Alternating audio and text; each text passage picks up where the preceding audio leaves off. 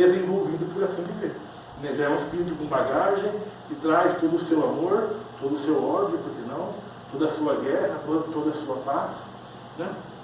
Isso no mundo de prova e expiação. Né? Será que a gente não consegue demonstrar um pouquinho de amor no nosso dia a dia? Né? É lógico, quando a gente fala de mãe com filho, às vezes é um pouco mais fácil, como na história aqui. Né? Mas é de vizinhos, de amigos, de parentes, de chefes, daqueles que não nos querem bem. Será que a gente consegue dar essa outra face? A gente consegue, de fato, mostrar aquilo que nós temos de melhor? Com certeza, cada um tem uma luzinha dentro de si. Basta deixar ela resplandecer. Em um livro Nosso Lar, nós vemos o sofrimento de André Luiz logo após o seu desencarne, bem como por anos e anos subsequentes, até que ele recorre à misericórdia do Altíssimo.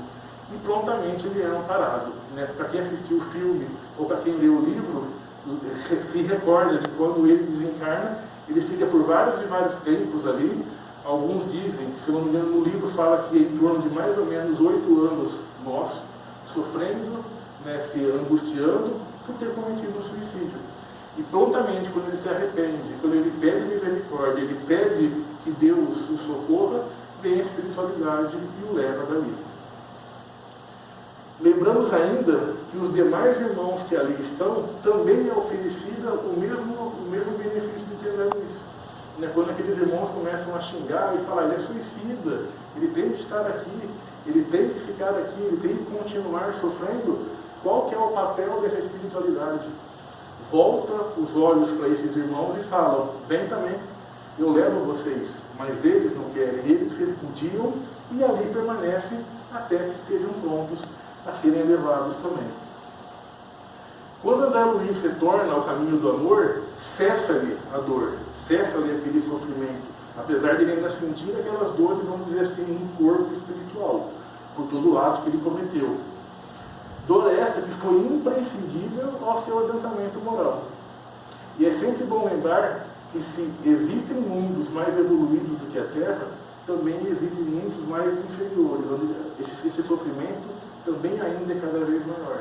E talvez seja o papel nosso também começar a rezar, começar a orar, por assim dizer. Eu sempre gosto de falar que a palavra oração ela é dividida em dois termos, né? Orar, de agradecer, e ação, de realizar. Né? Orar por orar não resolve nada, e agir por agir, às vezes perde o seu significado, perde o seu sentido. É sempre bom estar trabalhando os dois pontos. Daí a gente pergunta, né? Mas mesmo com fotos dessa, né? Com pessoas ajudando, sem saber que eles estão no meio da rua, né? Às vezes a gente passa, alguém pede um prato de comida, se você tem condição, eu duvido que alguém fale assim, ah não, deixa lá. Né? Alguns até pensam, dinheiro eu não dou, mas eu dou um prato de alimento. Já é uma ajuda, já é uma caridade. Alguém que você nunca viu na vida. E provavelmente, talvez, nunca vai voltar a ver. Né? Dependendo de onde você esteja, de qual região da cidade, ou às vezes fora do seu habitat, por assim dizer.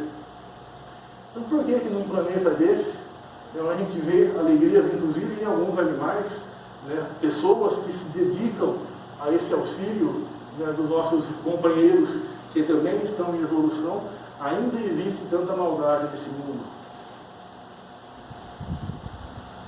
Uma vez eu estava assistindo uma palestra daí de um outro amigo, que ele conta uma história oriental, onde foi perguntado justamente isso ao mestre local, né, sobre o crescimento de tanta violência. Né? Por que ainda essa violência impera? Por que ainda nós vimos no nosso telejornal tanta barbárie, né, tantos crimes, às vezes por causa de trânsito, por causa de terras, né, por causa de dinheiro, né, por causa de qualquer bobagem, né, principalmente as bobagens materiais. E por que ainda existe isso?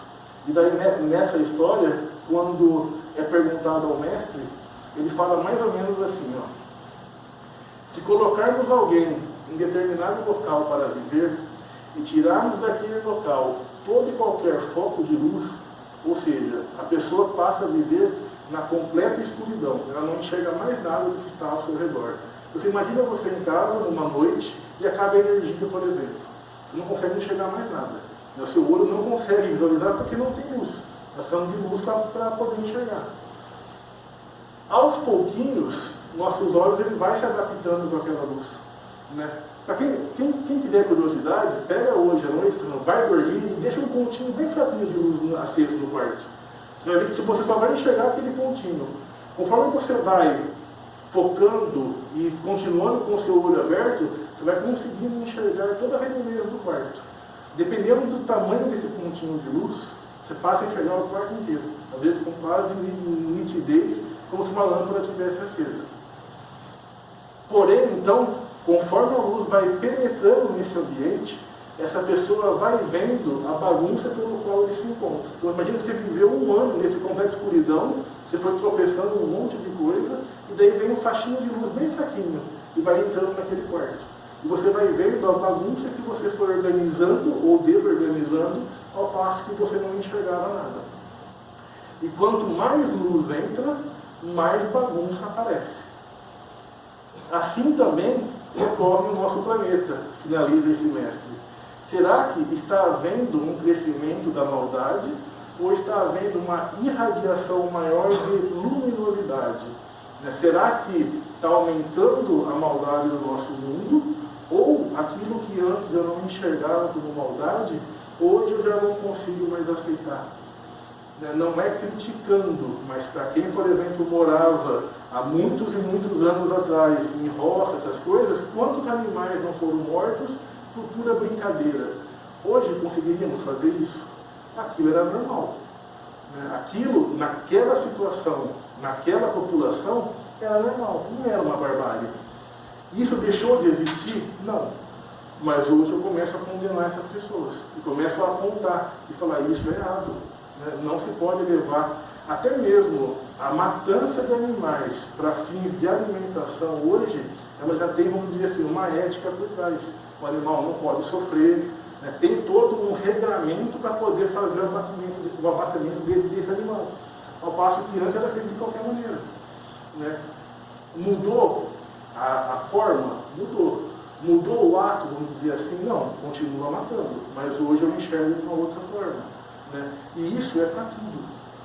Antes, aquilo que eu distinguia brancos e negros, o que era normal, e era até legal fazer isso, legal do ponto de vista de lei, hoje já é crime. Eu continuo discriminando? Continuo, mas hoje é crime. Então hoje eu aponto aquilo como uma maldade. Há 20, 30 anos atrás era normal isso. Então, é a maldade que está crescendo ou é nós que estamos tentando melhorar e tentando fazer uma sociedade um pouco mais justa? Mas ainda assim é difícil. Ainda assim vivemos num mundo de prova e expiação. Ainda bem. Por quê? Porque nós temos a chance de trazer um pouquinho do que nós sabemos para esse mundo e quem sabe, quando daqui a gente partir, deixar um mundo um pouquinho melhor, deixar minha casa um pouquinho melhor, minha família um pouquinho melhor, meus amigos um pouquinho melhor. Tem uma palestra que eu gosto muito do Cortella, que é um filósofo, que ele fala justamente sobre isso, que vem falar um pouquinho sobre mundos habitáveis, mundos de prova e expiação, mundos superiores e mundos inferiores. De uma maneira bem resumida, ele fala, quando alguém pergunta para ele, você sabe com quem está falando? Ele tem uma exposição de mais ou menos 10 minutos, eu não vou fazê-la aqui, podem ficar tranquilos. Mas começa assim, falando que nós vivemos num universo, dentre vários universos, que está em expansão, e um dia ele vai desaparecer, porque o universo ele faz isso. Assim como o coração faz, o pulmão faz, então ele ainda está em expansão, quando ele chegar no seu ápice, ele vai encolher. Quando ele chegar aqui, ele acaba, começa tudo de novo, acaba, começa tudo de novo. Dentro desse universo existem várias e várias bilhões de galáxias. Dentro dessas galáxias existe a nossa Via Láctea, que tem 7 planetas. Um desses planetas é o planeta Terra. Só no planeta Terra existem hoje catalogados 3 milhões de seres vivos. Nós somos um deles. E dentre os seres vivos que nós somos, existem mais de 7 bilhões de seres vivos. Ele fala, quando alguém pergunta, sabe com quem está falando? Ele fala, eu sei. Você é um ser, dentre 7 bilhões de seres, dentre 3 milhões de outros seres, dentro de um planeta, dentro de várias galáxias, dentro de um universo, de vários universos, que um dia vai desaparecer. Né? Então, olha a importância que nós somos nesse planeta. Né? E ainda assim nós somos importantes, porque Deus fez cada um de nós. Justamente para quê? Para dentro da nossa pequenez, dentro da nossa, vamos dizer assim, por falta de palavra de novo, insignificância, porque somos apenas um ser, poder ajudar esses outros seres a trazer e fazer desse planeta um pouquinho melhor. Fazer, se for assim, pensar grande, a nossa família um pouquinho melhor. Né? As pessoas que nos cercam, aquelas 100, 200 pessoas que nos cercam, um pouquinho melhor. Então, qual é a conclusão que a gente pode chegar dessa noite? Que existem ainda vários e vários mundos, que Deus continua criando, sejam mundos, sejam espíritos, para se tornarem cada vez melhores. Nós fomos criados há vários milhões de anos, já passamos, e daí não se sabe dizer, por uma infinidade de planetas, né? Desde quando éramos vegetal, desde quando éramos mineral, até hoje no estado luminal, e mais adiante, talvez no estado angelical, não se sabe quando, e que a todos nós é fadado conhecer e habitar todos esses tipos de mundo, desde o mais primitivo até o mais avançado, dependendo do grau de evolução e da finalidade que cada um de nós venhamos a ter. E para finalizar, eu trago essa frase extraída do Evangelho, que ela fala da seguinte forma: esses mundos afortunados, entretanto, não são mundos privilegiados, porque Deus não usa de sua parcialidade para nenhum de seus filhos. A todos os mesmos direitos e as mesmas facilidades para chegarem até lá. Fez que todos partissem do mesmo ponto, e não dota a uns mais do que a outros. Os primeiros lugares são acessíveis a todos.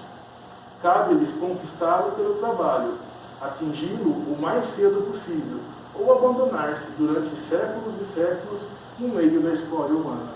Então, se a gente quer ser um pouquinho melhor, se a gente quer viver, vamos dizer assim, num mundo um pouquinho mais evoluído, cabe a cada um de nós. E ainda assim, pode ser, quando a gente atingir esse grau de evolução, a gente queira voltar para cá, assim como a mãe. Para quê? Para voltar e buscar o seu filho, buscar a sua mãe, buscar o seu irmão, buscar o seu amigo, que andou tropeçando, que andou talvez não conseguindo chegar no mesmo grau que você. E você, já detentor desse amor, quer levar todos eles juntos. Né? Então é isso que a gente queria trazer para essa noite, essas diversidades de mundos habitados, essa questão de mundos superiores e mundos inferiores, e que sim, basta cada um de nós fazer o seu trabalho para que amanhã esse mundo que nós habitamos hoje seja um pouquinho melhor. Aproveitando então essa passagem de ano, todo mundo deseja um feliz ano novo, né? Melhoras, saúde, paz, mas o mundo só vai ser novo de fato, o mundo só vai ser melhor quando eu começar a ser melhor, quando eu me renovar. Senão são mais 365 dias que vem por aí. Ou 366, nesse formato de sexta, eu acho que não é. Então isso que a gente tinha para trazer essa noite. Obrigado mais uma vez pela atenção de todos.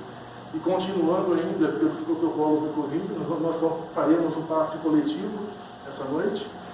Então, crentes de que Deus, nosso Pai, de que Jesus, nosso Mestre, e que toda a espiritualidade amiga, desde que quando nós aqui adentramos, desde quando nós passamos por aqueles portões, já derramam sobre nós os seus bálsamos, os seus fluidos magnéticos, a sua energia, dando-nos uma força necessária para tudo suportar, seja do ponto de vista material, mas principalmente as dores, as chagas, as doenças do ponto de vista moral. Mestre Jesus, rogamos ainda, crianças como somos, para aqueles que não puderam comparecer esta noite, que levem esses mesmos bálsamos, esses mesmos fluidos aos nossos entes queridos, aqueles que passam por dificuldades, dando-lhe a cura necessária, seja ela novamente a do corpo, seja ela do espírito. Mestre Jesus, agradecidos que somos por mais essa oportunidade, por mais esse ano que se reinicia, por mais essa semana que se inicia, dê-nos a força necessária para modificá-los, para nos modificarmos primeiramente e depois aqueles que estão ao nosso redor, sempre buscando a nossa evolução moral. Mestre Jesus, obrigado mais uma vez E com esses votos, pedimos a vossa permissão para encerrarmos os trabalhos dessa noite. Ser conosco essa noite sempre, e que assim seja.